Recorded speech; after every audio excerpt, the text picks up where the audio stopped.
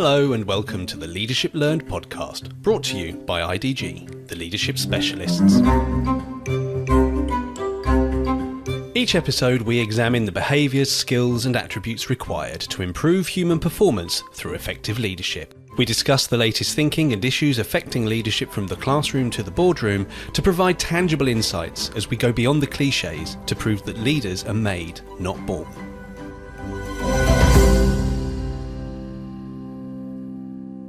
We talk a lot about mental health on this podcast, and we make no apologies for it because we think it is a vital part of leadership, knowing yourself and knowing your teams. In this episode, we are talking more specifically about anxiety and stress and the importance of managing it to get the best out of your team and yourself. Anxiety levels are higher than they have ever been, and 68% of UK workers have noticed an increase in the anxiety they are experiencing at work since the pandemic.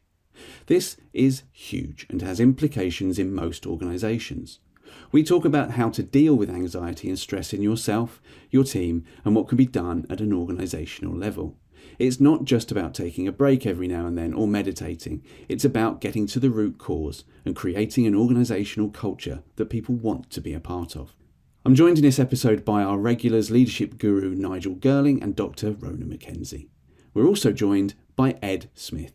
Ed was trained in leadership at the Royal Military Academy Sandhurst and commissioned into the Royal Green Jackets, where he led teams in a variety of tactical, operational and strategic roles in conflict zones around the world. On leaving the army, Ed developed a successful business career developing businesses and managing teams in the Middle East, including as a partner at a world-leading risk management consultancy. Ed is IDG's Managing Director in the Middle East. He holds a master's degree in applied economics and is also a pretty good drummer. We started off talking specifically about how some stress can be good and drive you to better performance, but it's important to know where the line is for you and the people around you. I asked Nigel how we can recognise the difference. The point about pressure versus stress is key here. We know pressure creates peak performance. Without pressure, there will be no peak performance. In fact, often without pressure, there'll be inadequacy because people, particularly good people, won't perform unless there's some degree of high expectation. But there's a point at which we cross a line, a coping threshold line, where it moves into stress because somebody's brain and their emotional receptors has said to them can't cope. And the moment that happens, we know there is a chain of events set in motion, which releases chemicals and hormones in the body and causes, if it's sustained for too long, causes damage through cortisol and things like that. That has an aging effect. There's all kinds of factors here that have an effect on, in a circle. It's a cycle. If somebody's level of anxiety impairs their performance, it will probably impair their relationships, and their impaired relationships will further increase their anxiety and therefore further damage their performance, and you end up with this kind of downward spiral if you're not careful for people, and it has to be stopped, has to be broken at some point. And that can be something that a person could do for themselves if they're aware enough and conscious enough of these things to recognize the signs, but it can also be something that leaders need to understand in order to recognize those signs in other people, and not just in their own teams but also in their peer group and their own line managers, because this is a human, as Rona says, this is a human issue. And human performance is the basis of all organizations. Coping thresholds is about the limit of what you can do, achieve, output before you cross that line into the stress zone. And as Rona's mentioned, we don't not want to cross that line, but we do want to do it under control and for a limited period. Athletes, musicians, actors and actresses, all those kinds of people, they rely on crossing that zone in order to hit peak performance.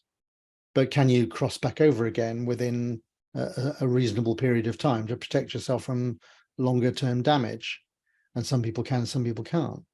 So the coping threshold is the point at which your brain says, I can't do this anymore. Whether it's a task or sustained activity, or it's a level of performance or achievement, whatever it is, there is a line at which your brain says to you, can't do this. Once that happens, there will be chemical changes that will lead to physiological changes that will lead to behavioral changes. There is no choice in that matter. The only choice is, when does it happen?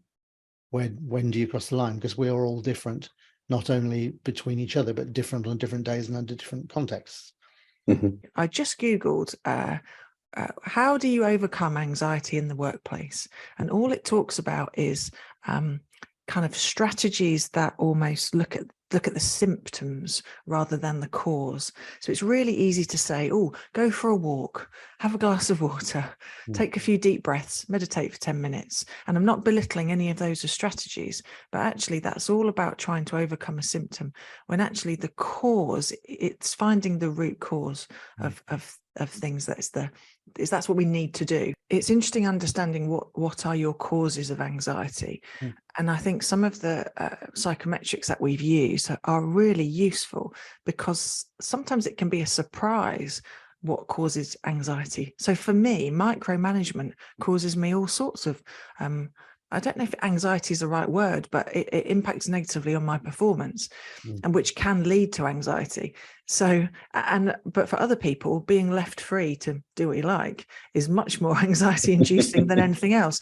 So knowing how you behave typically, and knowing yourself better is really interesting. And then from an employer's perspective is seeing the pressure that you're placing on people and the impact it's having, and knowing when to apply less or more pressure. There's so many cues and clues we can pick up from one another if we really listen. But often we're too busy doing stuff and not busy being present and really listening. What does this mean? And Ed, I want to bring you in on this as well, because it is quite important that we realise the people we work with, that we know how they can cope with these sort of things. So how can we look at this from the team perspective, and what can people do to ensure that they're good team members in this regard? Yes, so it's obviously it's really important to know your people, and that's one of the first things you will be taught as a leader, and you need to become aware of.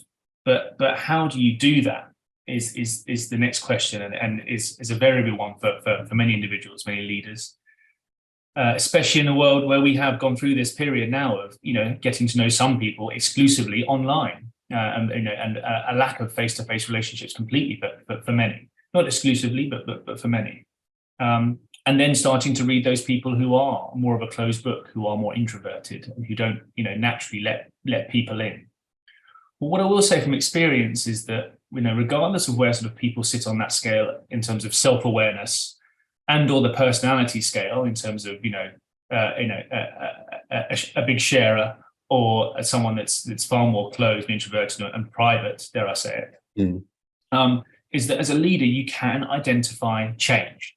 What's the baseline? How does that person normally behave?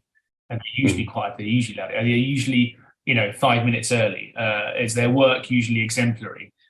Is their work, are they the sort of person that would speak up if challenged, or a person to sit back? Regardless of what it is, as a leader of a team of people, you start to identify what becomes normal behavior, and it's when you start to see deviations from that is when you should start to not necessarily be worried, but start to question, okay, is something up here? And I think that's a critical piece here, for in terms of the leadership component. It is very important for us to understand ourselves as individuals and as leaders, and it is important for our team members to also start to understand themselves. And I think there's never been a better time, in history that I can recall, where people have been encouraged to, and it's been as much information and content out there to help people understand themselves and recognise triggers. What makes them happy, what makes them stressed, where their tipping points may be. But as a leader, that critical component is identifying change. It has something deviated from the norm.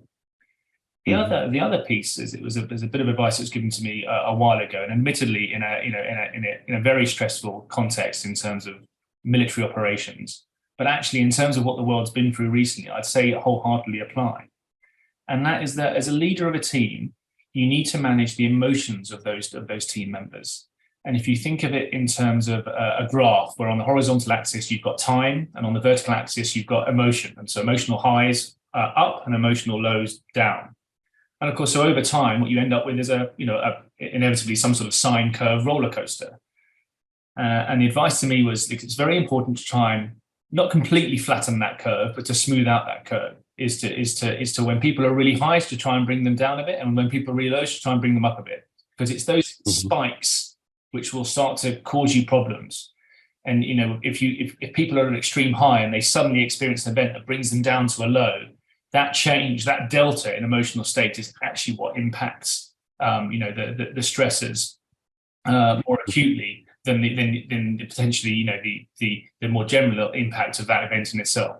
So as a leader, try and do what you can to smooth out that curve for a more consistent emotional state amongst your team members. So those are the things that sprung to mind.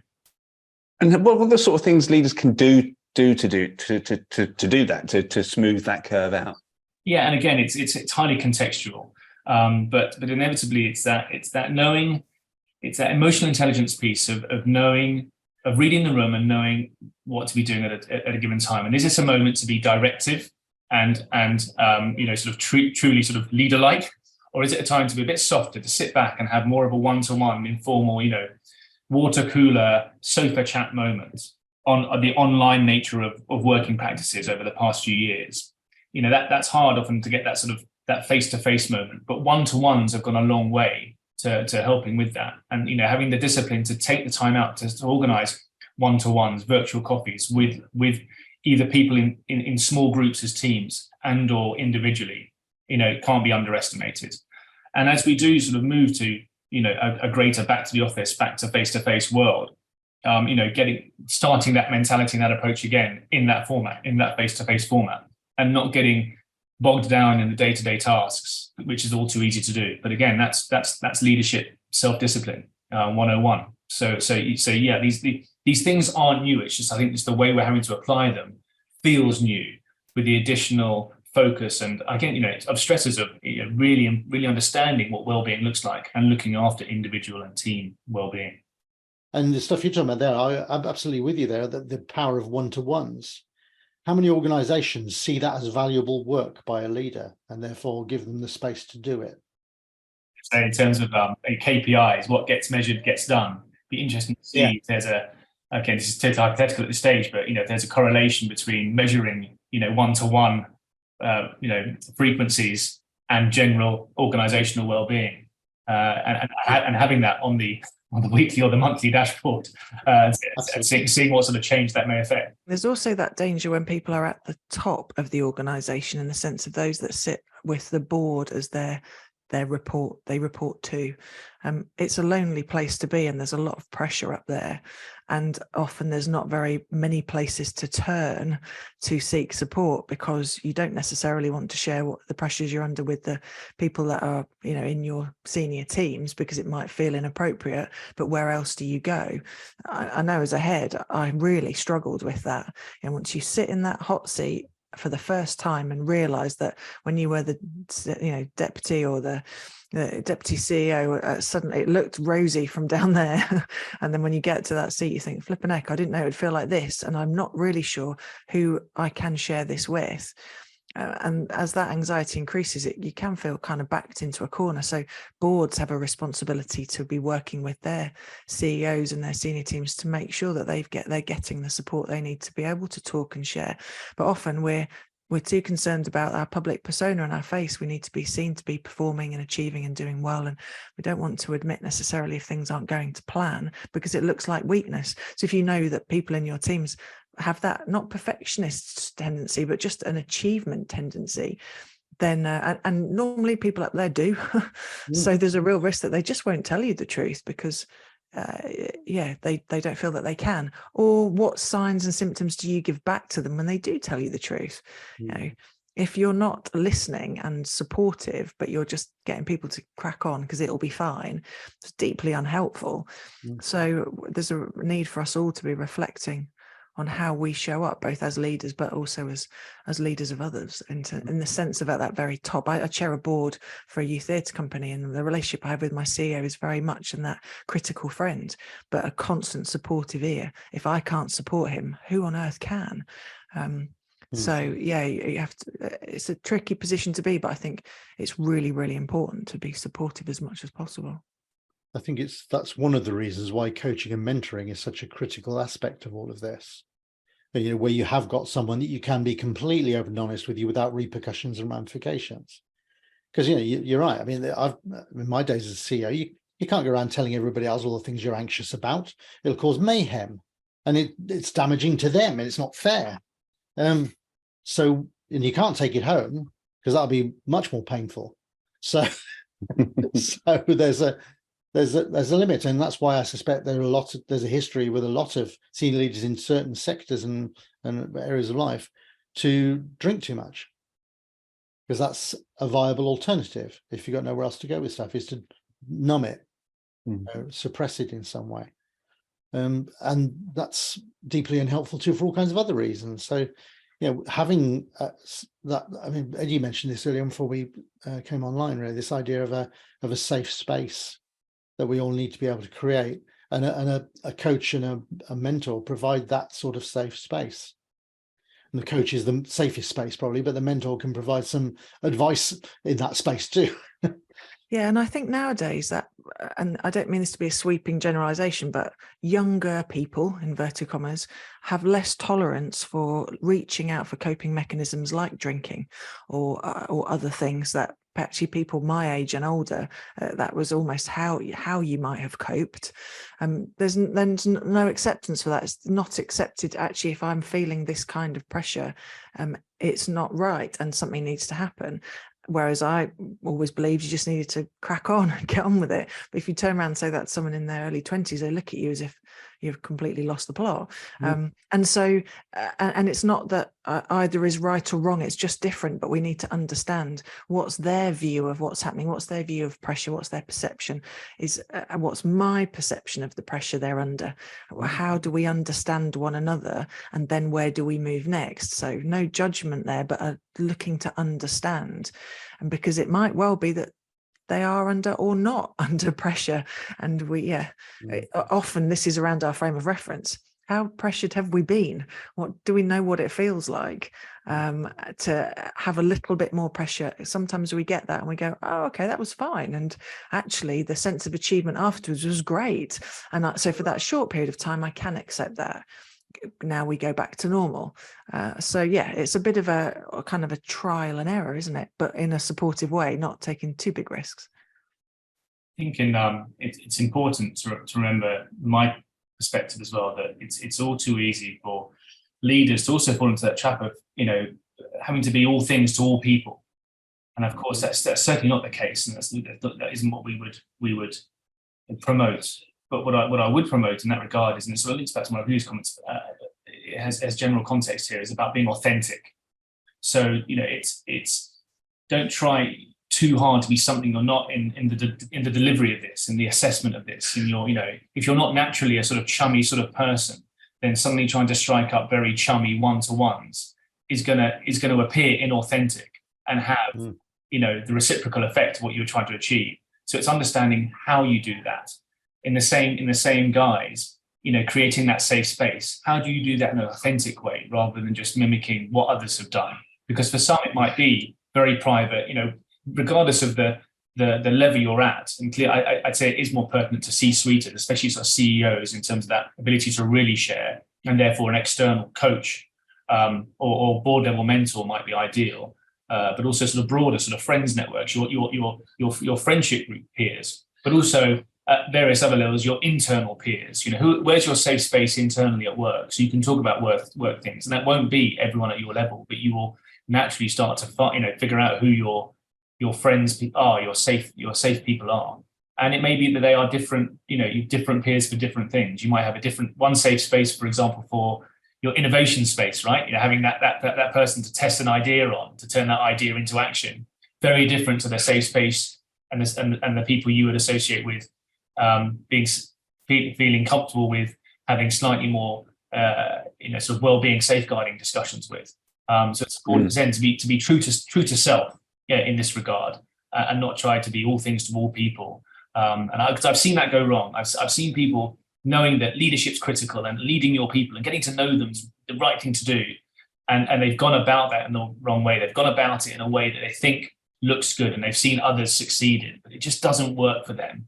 And sometimes you've got to sort of bump through that and make that mistake, but it's important to do it your way, as it always has been with leadership. But I think it's very important in this regard, whether you're in charge of an organization, teams, leading people. It's very important to do this, to figure out what works for you and do it your way, whilst at the same time achieving that aim of understanding your people better and figuring out what the baseline is, and therefore when you can identify deviations and change in that. That kind of danger of role playing the job. See it so often in organizations, particularly with people who've been newly promoted.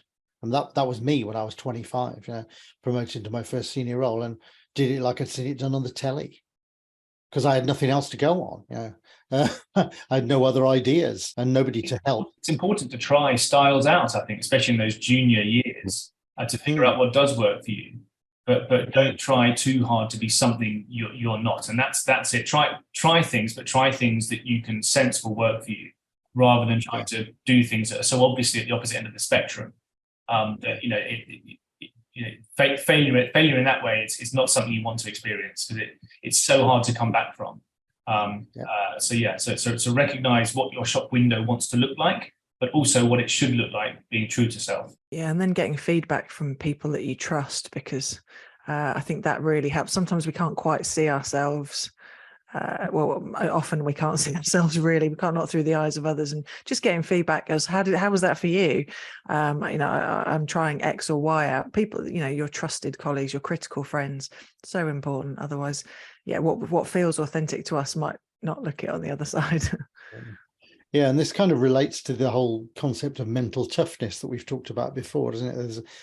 And we've said this earlier, but mental toughness is in some ways a misleading and unfortunate title for it, because it suggests that it's about being tough, and it's not actually really about that. It's about the ability to withstand and respond rationally to pressure. Can you continue to think rationally and behave normally despite prevailing circumstances? That's mental toughness, the ability to carry on being you and being the best version of you no matter what. And so it brings in all kinds of stuff relating to emotional intelligence that Ed's mentioned too, that on the one hand, it's very important to be able to manage the emotions of other people, but it's also very important to be able to manage your own, so that, because the two things are heads and tails here, aren't they? And one will affect the other. And in mental toughness, one of the things we talk about is this whole idea about people's apparent self-confidence compared to their confidence in their own abilities. And this is one of the things that pushes people into that role play, that their apparent confidence is socially generated. They've learned to behave that way, perhaps through family or schooling or the work experiences or whatever, training. They've learned to appear to be confident. But the trouble is that behind that is a sleepless night or a level of anxiety, because it doesn't actually represent how they really feel. It's something they've learned to do, a persona that they've learned. And understanding that as a leader in one of your colleagues and peers and in yourself is very hard, because the whole point of that role play is to prevent you from seeing the reality. So we need to understand how people's mental processes work in order to understand what it is we're really seeing or feeling in our own case. So we've looked at this. I think I want to zoom out a bit now. We've looked at it from sort of the individual's perspective in terms of the team perspective, but I want to bring it back to the organization, because as we said at the start, this is a business issue. The EU, I saw, were setting aside 1.2 billion euros to deal with mental health initiatives in the EU bloc, which sounds like a lot of money until you then read further on that it was costing them 600 billion euros before COVID in terms of the economic impact of mental health issues. So it's absolutely huge in terms of the business issue. But what is the organization's responsibility in terms of support, but also in terms of prevention, in terms of what they should be doing? Nigel? It's an interesting one, isn't it? Because what drives organizations often in this space is fear of consequences. Being sued or being vilified in the public eye, or all these kinds of things that drive people. And so therefore often the approaches that are taken are to manage that, rather than to actually go back to Ronan's point of earlier, to actually address the root causes of why people end up there. So I think the organizational issue is to have an effective workforce that can operate at its peak and achieve optimum human performance. We've written and spoken about that copiously over the last couple of years. That, if you understand what great performance looks like and what a great organization looks like, and maybe a great culture looks like, there's one of the root causes of that, then the organizational responsibility is to work towards that. And the other stuff should be a virtuous outcome of that. If you try and treat the symptoms of mental health challenges or anxiety challenges or well-being challenges, you end up with this bizarre thing that you get in some organizations where they've got bike sheds and fruit bowls, but they're still causing people massive anxiety and unrest every day because they don't see the connection between the two. And so they've made the token gesture, they've looked good, but they haven't actually understood why it happens. And there's one of the big organizations, I won't name them, has spent hundreds of millions on creating a human performance institute in Europe. And it's fascinating because I had a good look at it and spoke to somebody there. And the Human Performance Institute works on fitness, sleep, and nutrition. All very important, but the whole issue of pressure at work and unreasonable expectation and challenging working conditions and lifestyle and culture, not in there at all. And so they're addressing a chunk of the issue, despite spending hundreds of millions. And I'm sure it will help, but it's kind of, to some extent, missing the point. If this is largely a mental issue, then those things just increase people's capacity. Yeah, you probably know I was involved in the government task force on engagement for over a decade, and one of the reasons I resigned from it in the end, aside from frustration, was that the whole thing had become about productivity, and we're being driven by government to push the whole issue of engagement in order to increase productivity. And I get, I'm a businessman, I get that that's important, but entirely the whole human experience was missed out of all of that. What they were really saying was, let's improve engagement because we can squeeze more out of people. Well, that costs, that has payback. That's where this billions of pounds in lost revenue comes from, that people talk about, from absence and absenteeism and presenteeism and sickness and people resigning from jobs and all kinds of things. That's a contributory factor to that. And they didn't do it because they weren't eating a very good diet. Yeah, I've seen some additional research into this in terms of investment into mental well-being. And I think, was it the Stevenson Pharma review? I think it showed that there was a case for every £1 spent on enhancing mental health in the workspace, there was a £4 return, a 4-to-1 ratio. So in terms of business commitment to and business justification for looking into this seriously, if you can improve your productivity at a ratio of 4-to-1, that's got to be something worth looking into. And I think updated research on that is now showing a 5-to-1 ratio. But the trick is then is as you say, no, just figure out, well, okay, but where do we spend that pound? Where do we spend that dollar? And as we know, it's not just on an app or on some shower facilities or whatever. I mean, sure, that might be a part of it, but it's not just checking a box to say, right, we bought something, we've given people some free gym memberships and some breakout space and so on and so forth. But regardless, I think in enhancing social awareness of mental health issues through various campaigns is a part of it, and reducing the level of stigma associated with these things at work is a key part of it as well. The actual machinations are going to be unique to an extent to the organization based on what it does, what your teams do, the dispositions, and so on and so forth. But it is certainly worth greater review if you can achieve these 4-to-1, 5-to-1 enhanced productivity ratios, because I'm not sure of many other levers in the business place that can create that sort of amplifier effect.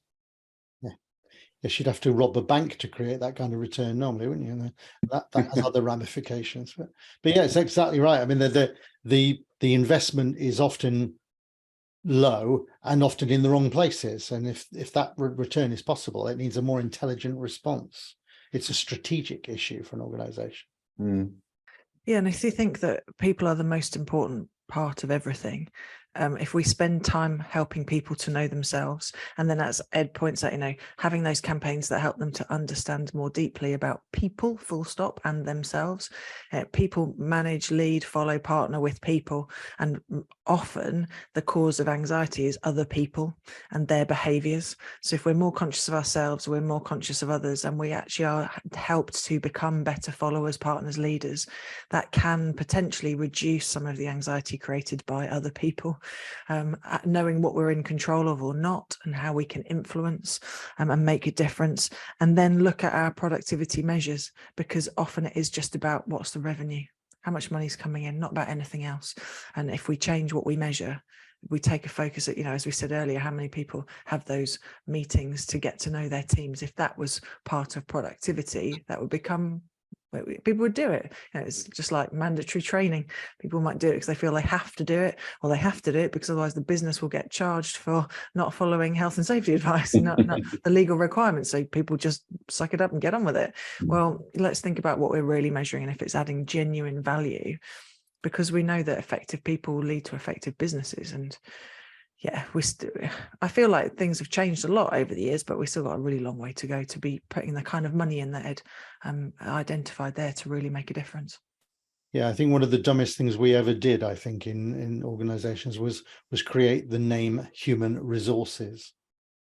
Because whilst it's a hugely important function, defining the whole workforce as a resource has created a mindset, which when I'm working with boards over many years, is that often you see people will say people are our most important asset. What they mean is people are our most expensive resource. And that's not the same thing. No.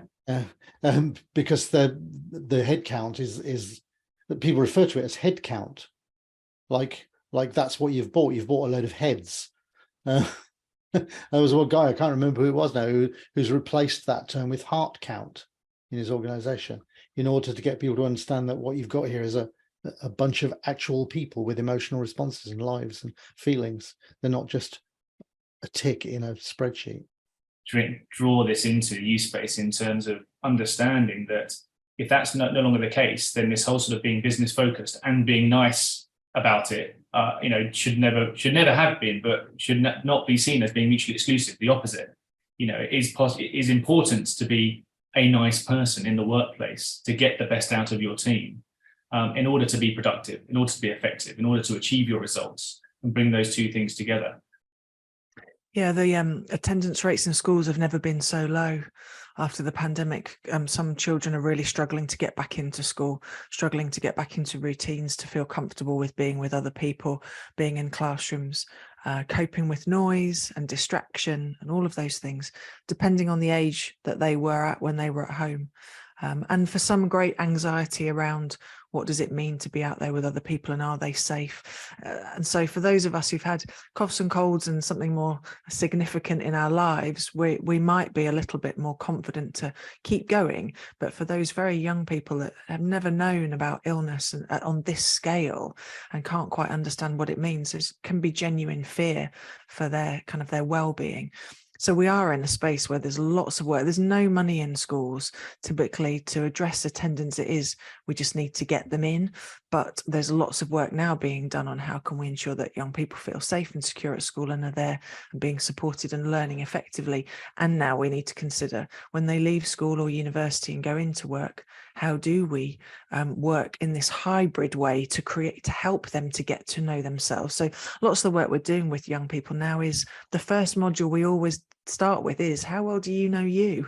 What are you good at? How do you know? How do you show up in the world? What's it like to work with you, listen to you, be instructed by you, whatever it might be? Help them to know themselves first and foremost before we think of anything else. And that is around being curious, being reflective, and getting some feedback. And if we start there, then we're setting them up with some really good basic skills for life, full stop, whether it's in the home or in the workplace. But there's lots to do, and I think the earlier we start, the better. So really helping young people to get to know themselves as early as possible and reflect on the world they're in and what's the authentic them, particularly in teenage years. They're under such pressure to try and be different. They're trying on ways of being. We all did when we were kids. What tribe do I go with? Am I in the sporty one, or am I this or that? Who am I?